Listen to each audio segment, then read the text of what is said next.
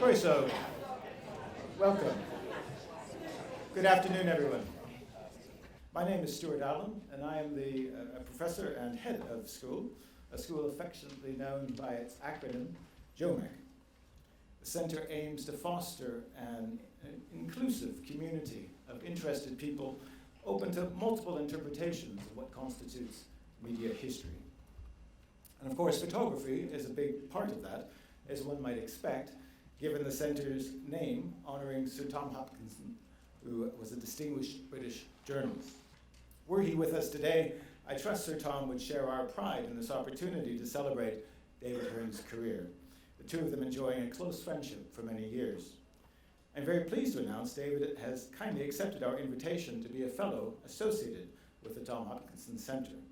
In addition to everything else, this fellowship is in recognition of David's long-standing professional commitment to educational excellence and his inspiration by example for all of us. And you're all fully aware of his accomplishments in the field of photojournalism, from documenting the Hungarian Revolution in 1956, Budapest, producing some of the defining images of the 1960s, whether they be of Connery, O'Toole, Kane, Shrimpton, and others.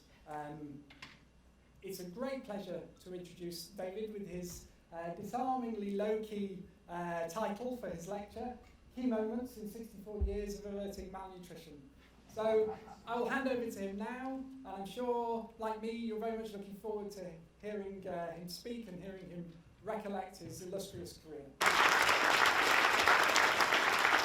Looking particularly at the back, it seems to me that people don't really want to be talked to by their grandfather.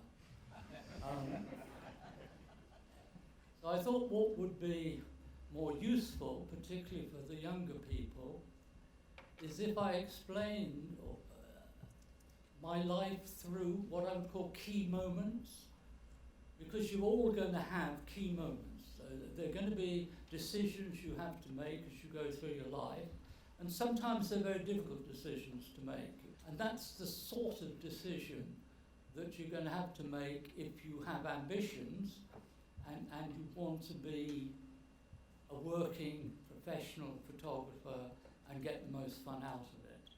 So I decided to go into the Army straight from school, which I did. So I went there, and then almost instantly I was asked to go to Sandhurst, and I'd been there about a year, and I was in the officers' mess, and I suddenly picked up a magazine, Pitch Post, as it at that time, and I started to cry. And the reason I cried was because of this picture. It's a Russian army officer buying his wife a hat in a department store. So the first memory I had of the love between my father and my mother was the buying of a hat in Howells. I looked at this photograph and it emotionally affected me. And the more I thought about it over the next few days, the more I realized, isn't that extraordinary, that a photograph can make you cry, it can make you laugh, it can make you angry, it can probably make you calm, it can have this extraordinary emotional impact on you. But not only that, it can counteract propaganda. And so the propaganda that I was getting from very sophisticated lecturers at Sandhurst, I believed the photographs more than the people that were teaching me. And I thought, this is extraordinary. I want a bit of that. And I think I can do that. You know, I would enjoy that. I like the idea of photographing people loving each other, basically. And so I've never shot a picture in my life. So I bought a little folding camera, I still have it, a bellows camera. And this is the picture that I'm talking about. So I bought a little bellows camera and a book called The Photo I think it was called The Photo Guide to Photography. So it was a little book, and it told you that, you know, at the front of a box there was a hole which could be made bigger or smaller, and on top of it there was something you could press and it let the light through longer. And so I learned the basics of the technical side of photography. And because I was, here we go, because I was like this, on the right-hand side, roughly halfway, you'll see an amazingly fit-looking guy. Well, that's me in the Army athletics team at that sort of time. And we were in Belgium, and the picture on the right is really the first picture that I took, reading my focal guide as to how to get the camera the correct exposure and shooting on my folding camera. And I just loved it. I remember seeing the picture and thinking, hang on, that reminds me of Belgium. And I liked that very much. And so I left the army and went up to London and started to work in Harrods, selling shirts, because I needed the money. And then every single every single evening, I would go to the coffee bars and I started to shoot pictures. Coffee bars because I don't drink, and the painters tended to go to the pubs and things, and writers and people went to the coffee bars. And so I just started to learn to look at things that I thought were interesting, and I started to photograph with my little folding camera. What I discovered there was I met people.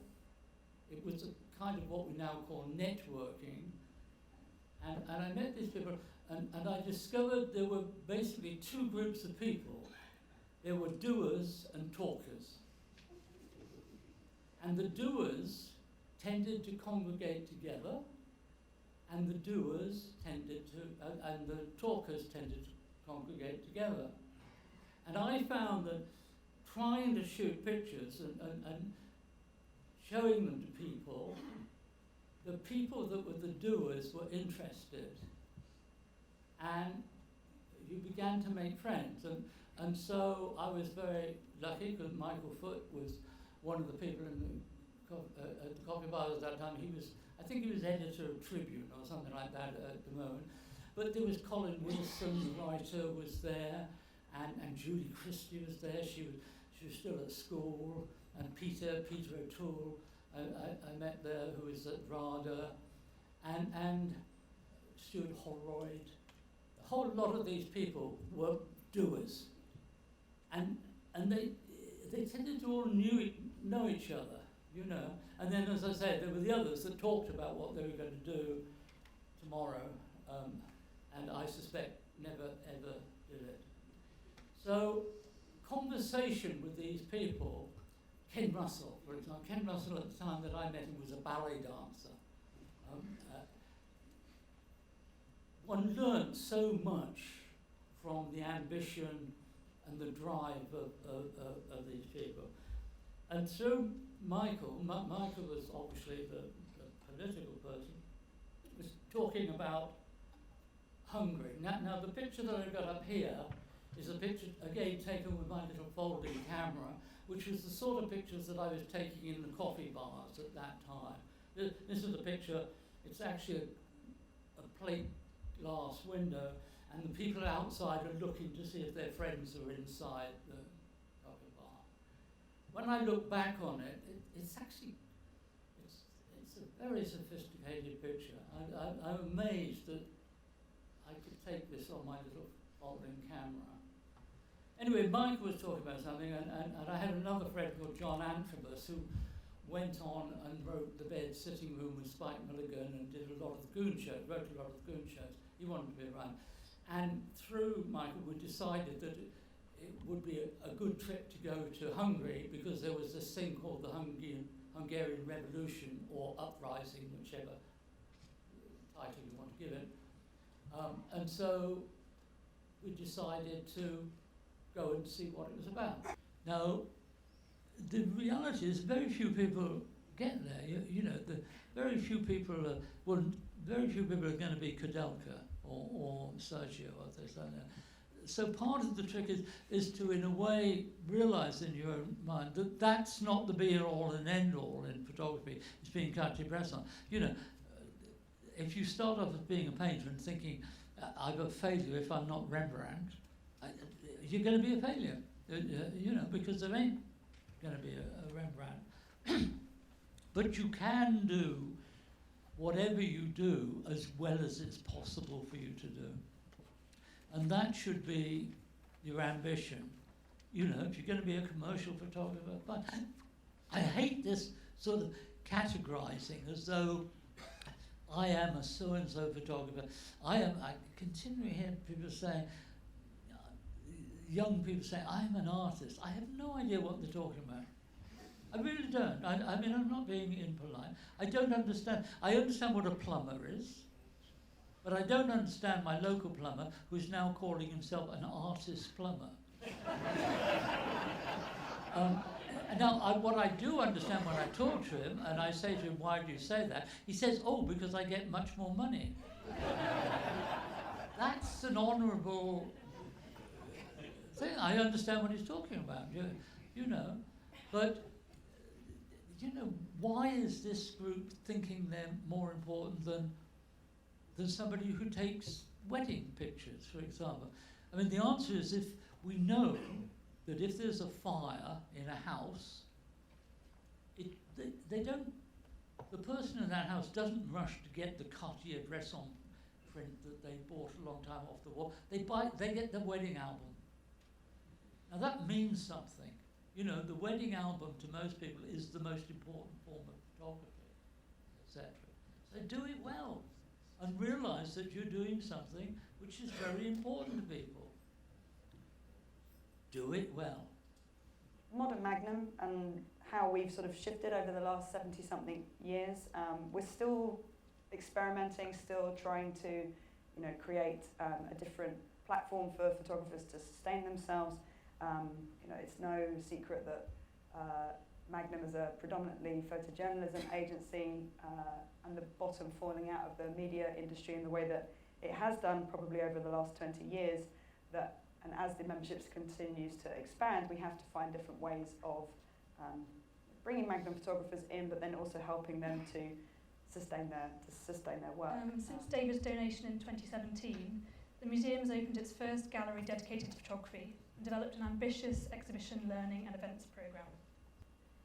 The David Hurn collection forms the basis of our photographic collection in the art department, and it has enabled us to be more ambitious and strategic with our collecting, as opposed to the somewhat reactive approach we have taken previously.